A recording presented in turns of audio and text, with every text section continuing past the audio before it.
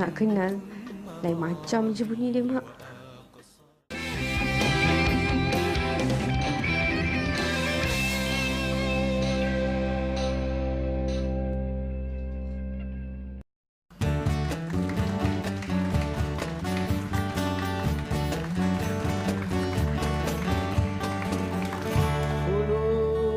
Baiklah tuan-tuan dan puan bersama saya sekali lagi Aflin Syauqi. Anda kembali ke dalam rancangan Fulus.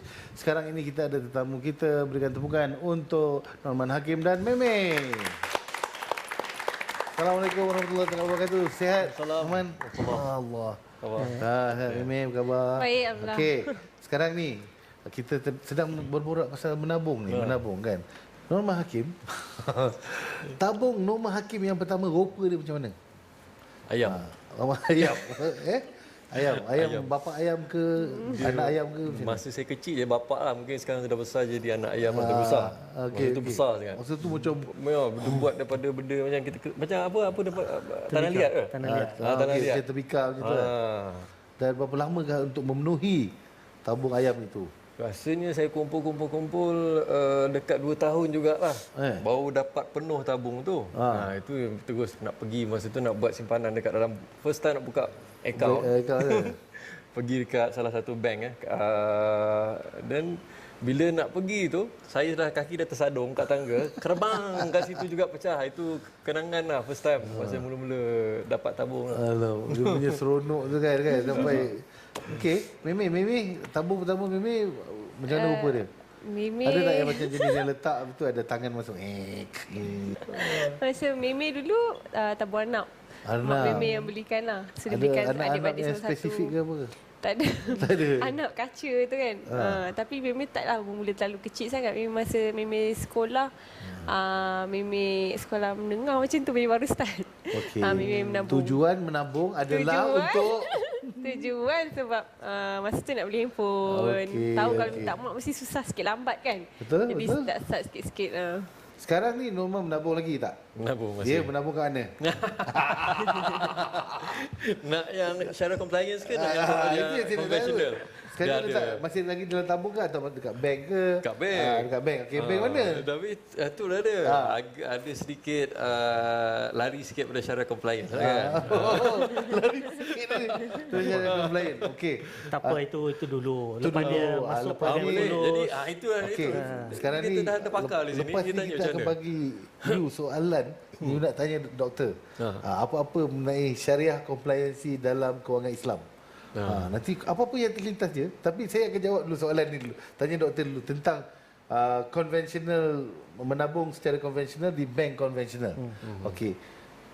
Pendapat doktor dan doktor juga terangkan apa yang harus dilakukan.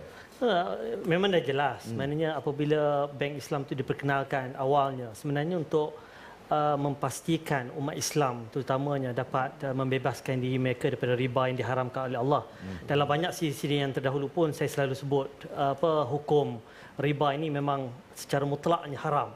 Di dalam Al-Quran ada 13 tempat di mana Allah menyebutkan soal pengharaman riba. Dan dalam sesi lepas pun kita dah bincangkan panjang lebar bahawa haram riba ini lebih tinggi level dia berbanding dengan pengharaman dosa-dosa besar yang lain. Betul. Sehingga kan dalam satu hadis Nabi sallallahu alaihi wasallam sebut ar-riba salasata wa sab'una baban aisaraha ay yankiha ar-rajul ummahu.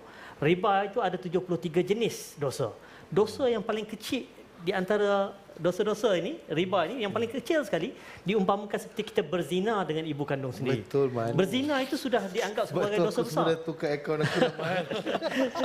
Saya perlu sebutkan ini sebab kadang-kadang umat Islam di luar sana kita tidak betul-betul menghayati riba ni seperti mana kita menghayati makan daging sembelihan yang halal itu. Kita amat memperkirakan daripada mana ayam ni sembelih ke tak sembelih. Betul. Dan daging ni sembelih tak sembelih. Tetapi kita lupa bahawa duit yang digunakan untuk membeli ayam itu apakah daripada sumber yang halal atau haram. Apakah daripada simpanan kita yang di bank konvensional yang memang jelas diharamkan oleh ulama secara keseluruhannya bahawa ini adalah unsurnya riba. Betul. Dan riba ini adalah perkara yang diharamkan oleh Allah Subhanahu Wa Taala. Sebab itulah kita tidak ada alasan dah lain. Betul. Kalau di negara-negara yang tidak ada bank Bank Islam, Islam, memang ulama kata harus Baik. dalam keadaan darurah sebab kita terpaksa menyimpan juga duit dalam bank. Tetapi dalam keadaan sekarang kita di Malaysia saja kita ada 27 perbankan Islam. Daripada full fledged 13 sampailah kepada bank-bank yang bersifat tingkap ini, Islamic Windows. Tapi perbankan Islam di Malaysia pun agak baru juga kan dalam masa beberapa tahun kan. Dia bermula tahun 1983. Kalau kita nak mengambil tabung haji itu sebagai aras dia, maknanya bermula tahun 1959 lagi lah. Dan rancangan Fulus ni juga adalah di dalam proses pencerahan bagi rakyat Malaysia supaya tahu macam kita macam saya pun ada juga kan macam pun dah tahu kena ubahlah cepat-cepat kan. Akhirnya Afdin, kita hidup ini kita mendambakan keberkatan. So, kerana keberkatan itulah yang akan menjadikan keluarga kita gembira, ceria. Sebab makna keberkatan dalam Islam ni maknanya as-sa'adah hakikiyah. Makna kebahagiaan yang hakiki. Hidup kita apabila memperoleh rezeki yang halal, dia akan membahagiakan, mententeramkan seluruh keluarga kita. Kalau rezeki itu daripada punca yang haram seperti riba, kita makan duit-duit faedah ini, akhirnya dia tidak akan membahagiakan kita kerana tidak ada keberkatan. Itu asas yang kita harus fahamkan kepada penonton-penonton di luar sana. Kita guna kita menabung dan kita dapat riba tu sebenarnya kita tak boleh guna. Betul ya? Betul. Macam doktor cakap hari tu kan. Riba tu kita harus macam mana kita kena bagikan kepada publik. Kalau kita masih ada duit-duit yang dalam akaun-akaun yang riba ini, ada pendekatan yang ulama telah sebutkan. Pertama kita keluarkan.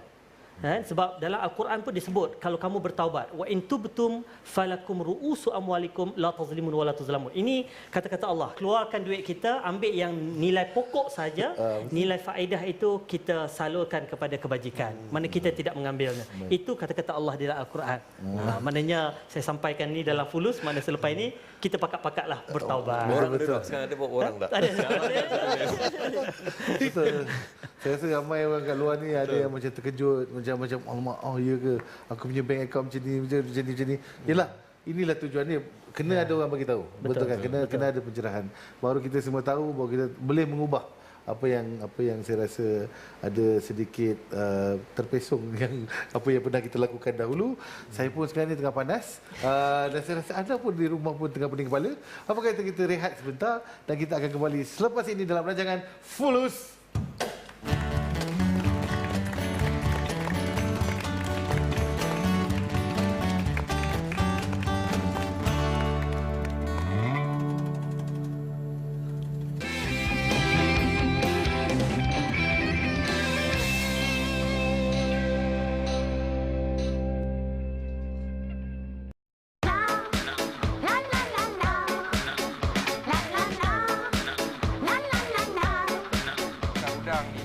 lapis, dia ada jaket, lepas tu ada jaring di tengah, tu ada jaket luar. Dia sebab apa nak 3 lapis ni? Jangan bagi udang tu lepas.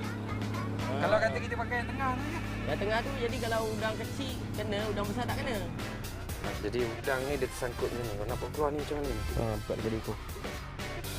Ini udang dia masih fresh lagi. Kalau nak cari udang yang betul-betul baru, kita tengok dia jernih lagi. Kalau dia dah macam putih sikit tu, dia dah lama sikit. Dah kena air batu lah. Dah kena air batu lah. Udang ni, dia sesuai bila kita nak buat macam ni. Kita buang kepala dia dulu. Kemudian kita belah tengah, kita buang lah. Dia punya isi-isi dia kan. Dia panggil butterfly cut.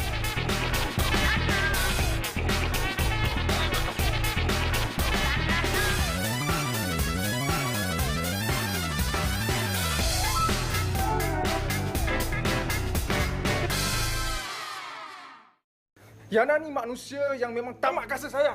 Yana tahu abang tamak melayan nafsu. Talak 3?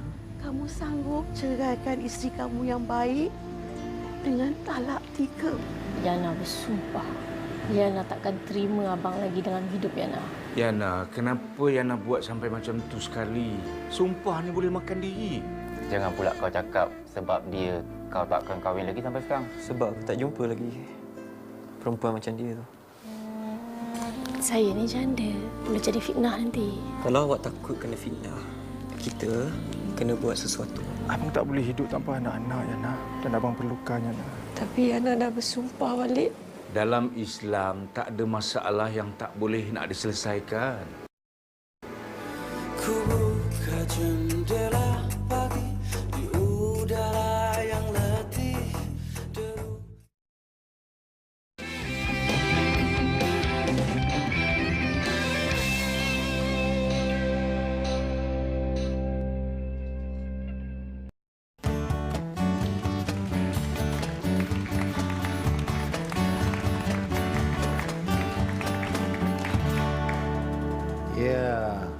Baiklah, anda sekarang menonton Fulus bersama saya Aflan Syauqi dan juga tetamu saya Norman, Meme dan juga Dr. Ashraf.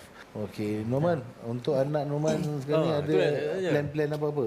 Kalau misal kata, kalau anak saya yang paling kecil 6 bulan kan, ada tak apa yang ditawarkan oleh Islamic, Afin Islamic untuk kanak-kanak yang seawal usia berapa dan apa pakej yang disediakan untuk untuk anak lah? Ya, macam Afin Islamic Bank, kita ada Afin Junior I. Perbankan Islam pun biasanya apabila dia perkenalkan produk-produk deposit secara patuh syariah ni, dia akan gabungkan sekali dengan takaful.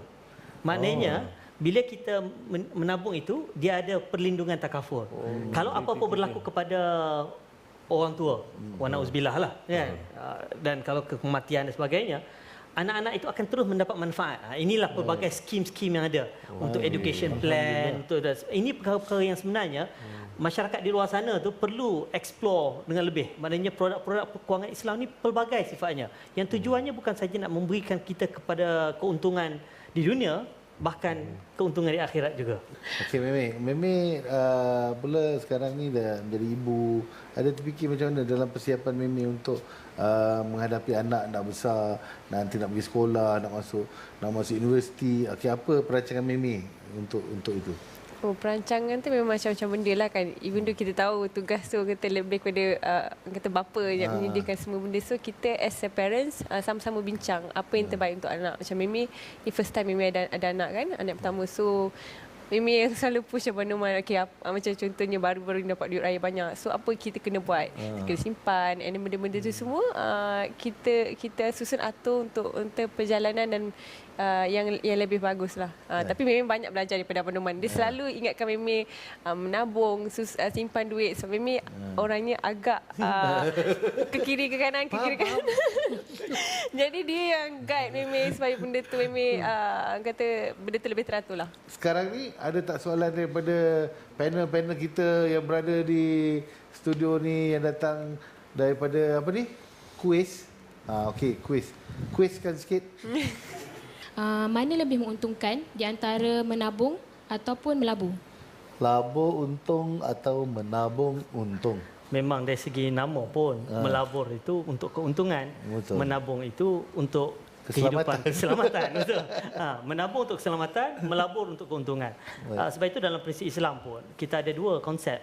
Satu wadiah. Wadiah ataupun simpanan, dia tidak memberi apa-apa keuntungan pun. Tetapi dalam konteks mudharabah, dia memang untuk untung, perkongsian untung dan juga untung rugi. Rugi. Okey. Ada soalan lagi? Silakan. Dengan gaji sebagai seorang baru bekerja, di samping komitmen, saya tak mampu menabung. Jadi bagaimana tu? Saya adalah seorang yang baru bekerja dan saya ada duit cukup-cukup je. Dah tak nak menabung, dah tak ada duit. Sebab itulah dalam Al-Quran sebenarnya banyak ayat-ayat yang Allah sebut mimma razaqnahum yunfiqun. Sebahagian daripada rezeki yang kamu peroleh itu kamu belanjakan. Disebut sebahagian. Dan dalam konteks ini, kalau kita ada lebihan, baru kita menabung. Tetapi sebab itulah dia berbalik kepada soal pengurusan kewangan kita. Bagaimana kita nak memastikan dalam kita nak berbelanja itu, pastikan mesti ada juga certain percentage yang kita simpan. Disiplin untuk menyimpan tu perlu ada. Kerana kalau tidak, manusia ini memang secara tabiatnya dia suka berbelanja berbanding dengan menyimpan. Betul. Memang suka membeli. Dan juga nasib baik kita tak duduk kat US, Doktor. Kalau US, budaya dia orang adalah untuk menggalakkan orang membeli. Dekat di televisyen ni buka aja sampai saya ada pernah tengok iklan ubat ni. Ubat ni adalah untuk penyakit yang tak ada kena-mengena dengan saya. Tapi pasal saya tengok iklan, dia buat iklan tu macam saya rasa saya perlu ubat ni. Dia buat memang sampai you nak membeli. Dia punya psikologi of marketing dia orang sangat kuat kan. Jadi nak menahan kita daripada membeli ni. Okey, Man, macam mana kau boleh tahan dapat menabung 20% ni? Apakah sihir yang kau gunakan? Tak ada sebenarnya. Memang awal-awal lagi nak kata goyang tu memang goyang lah. Tapi kita kena disiplinkan kita daripada awal. Peringkat awal tu memang kita kena tolak first thing. Macam saya kata 2.5% tu Allah Ta'ala kita tolak, dan 20% tu awal-awal kita tolak ke tepi. Supaya kita tak ada macam aku ada reserve ni kan. Jangan bagi ruang untuk kita pergi kira. Jadi daripada situ saya awal-awal tolak. Bila dah dapat tolak, dah masuk dalam akaun, lega. Rasa at last Itu satu orang kata pencapaian lah. Baik, Sebab tu saya sentiasa perlukan dia untuk guide saya. Dia disiplin. Itulah kepentingannya bersuami isteri. Sebenarnya. Saling lengkap melengkapi, menguruskan kewangan rumah tangga. Betul. Rancangan ini juga menggalakkan orang-orang berkahwin dengan cepat.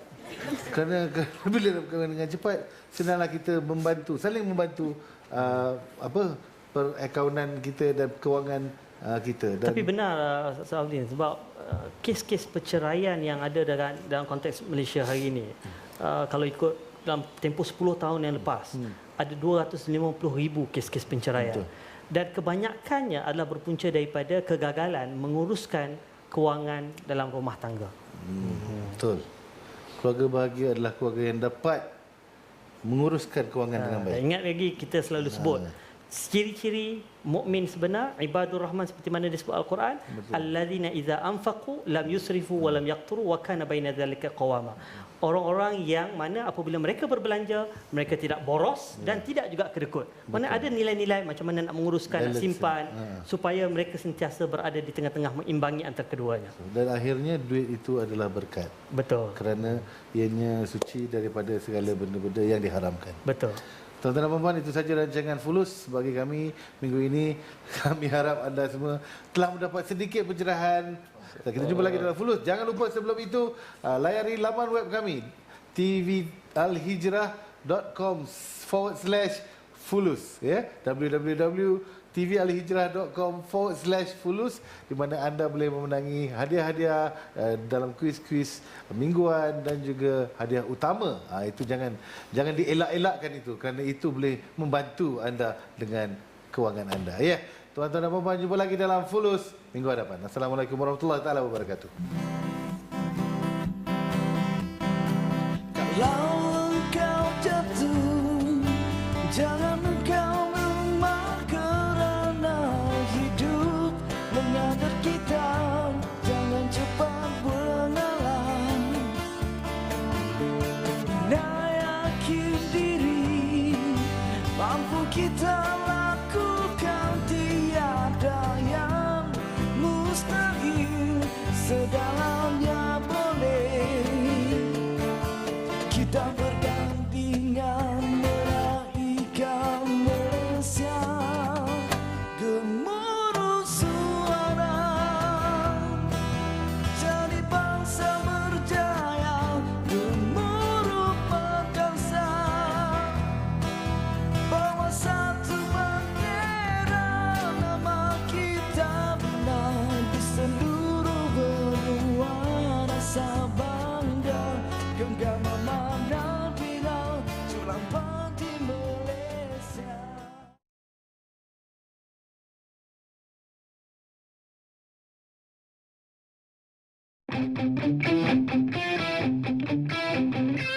Rancangan itu tadi dibawakan kepada anda dengan kerjasama